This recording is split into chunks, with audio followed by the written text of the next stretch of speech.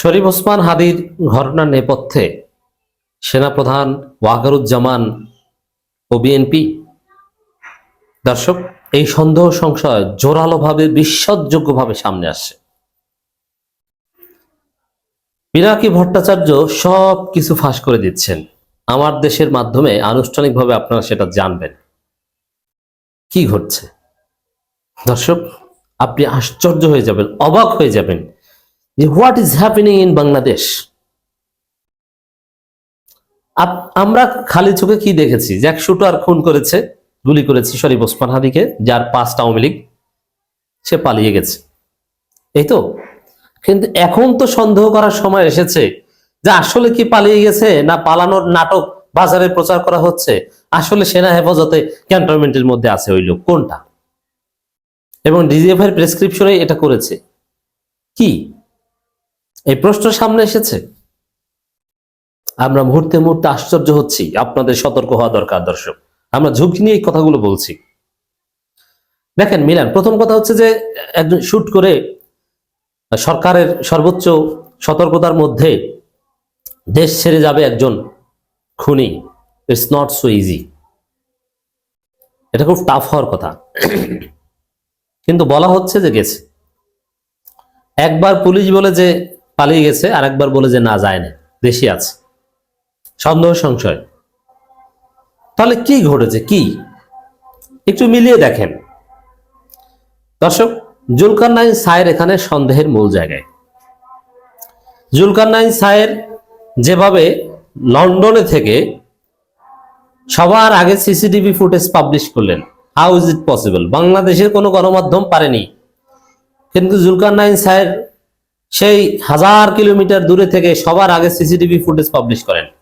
আবার কোথায় সবার আগে তিনি বলেছেন যে ভারত থেকে অমুক সীমান্ত থেকে ভারতে পালিয়েছে। তিনি সবার আগে কিভাবে জানেন? এটা কোনো স্বাভাবিক সাংবাদিকতার মাধ্যমে সম্ভব নয়, যেখানে বাংলাদেশের টোটাল গোয়েন্দা সংস্থা জানে না, পুলিশ জানে না, পুরো বাংলাদেশ, একটা সরকার, একটা রাষ্ট্র জানে না,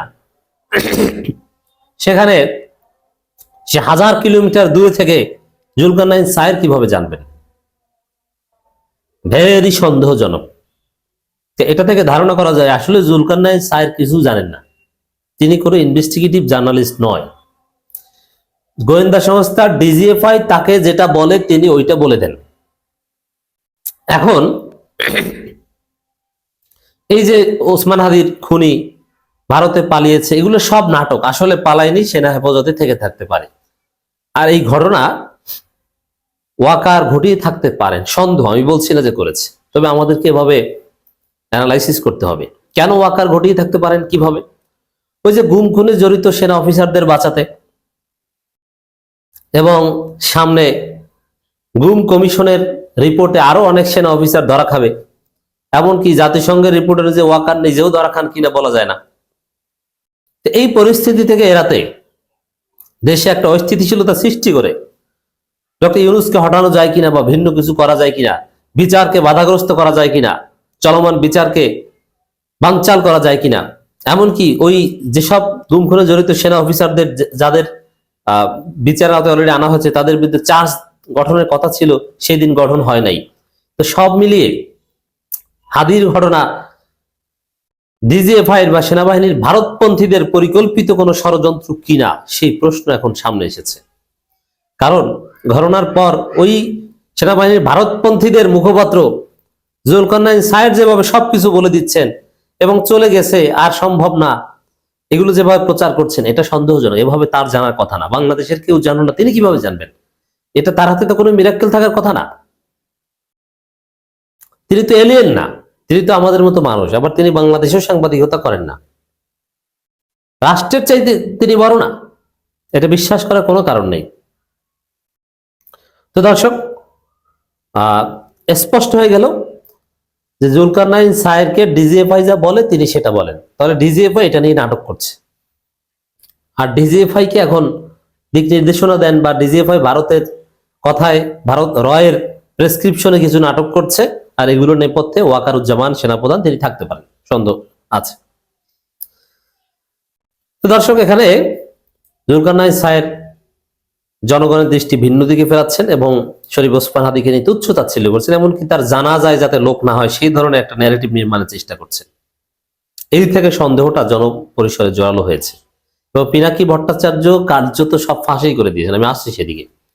সায়েরের পোস্ট, আগামীকাল ওসমান হাদির জানাজা, মানে জানাজার একদিন আগের কথা কেন্দ্র করে সারা দেশ থেকে ঢাকায় লোক জড়ো করে বিপ্লবী সরকার গঠনের ষড়যন্ত্র করছে একটি চক্র। জানাজার নামে লোক সমাগম ঘটিয়ে এরা মূলত ধ্বংসাত্মক কার্যকলাপ চালাতে চেষ্টা করবে। দেখেন, জানাজার নামে লোক সমাগম, মানুষ জানাজায় আসবে আর সেটাকে জানাজার নামে লোক সমাগম বলে কিভাবে ট্রল করছে, সন্দেহজনক। যার অংশ হিসাবে বিদেশি দূতাবাস হামলা এবং বিভিন্ন সরকারি স্থাপনায় হামলার চেষ্টা করা হতে পারে। এটা যে মিথ্যা কথা সেটা জানাজার পরেই আপনারা হয়তো আলোচনা শুনতে শুনতে দেখেছেন। এই ধারাবাহিকতায় 30-31 ডিসেম্বর গুম কমিশনের মাধ্যমে আরো কিছু সামরিক কর্মকর্তার নাম ঘোষণা করে সার্বিক পরিস্থিতি আরো জটিল করে তুলতে চেষ্টা করবে এই চক্র। দেখেন, তাহলে এই সরকার গুম কমিশন গঠন করেছে, তারা যে রিপোর্ট দিবে এতে কোনো আস্থা নাই, ওটাকে ষড়যন্ত্র বলছে, মানে ডক্টর ইউনূস সরকারকেই ষড়যন্ত্র বলছে।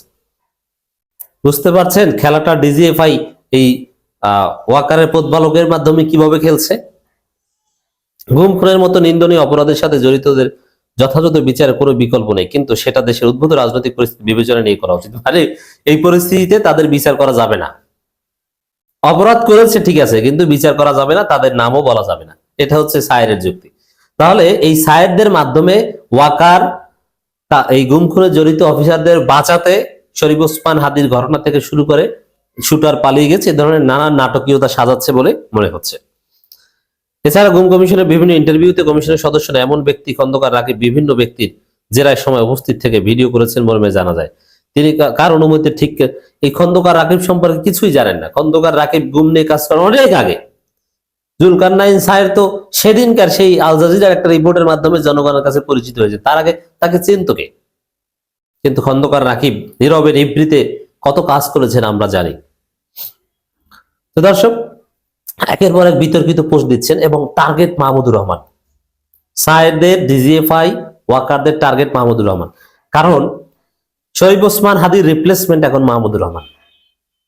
ভারতের আধিপত্যবাদের বিরুদ্ধে এখন এবং গুম খুনে জড়িতদের বিচার নিশ্চিত করার ক্ষেত্রে এখন সবচেয়ে জোরালো কাজ করছেন মাহমুদুর রহমান।